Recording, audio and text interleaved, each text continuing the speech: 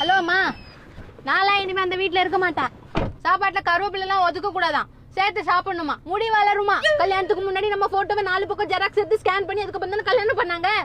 இப்ப முடி இல்லைன்னா நான் விக்கா வைக்க முடியும். டெய்லி வீட்டுக்கு சொந்தக்காரங்க வருவாங்க, ரூமை கிளீன் பண்ணி வச்சுக்கோன்னு சொல்றாங்க. உங்க சொந்தக்காரங்க இதுக்கு யார் ரூமுக்கு வராங்கன்னு கேட்டா முறைக்கிறாங்க. அதுல ஒரு ஆன்ட்டி, பார்த்து பத்திரமா நடந்துக்கோமா.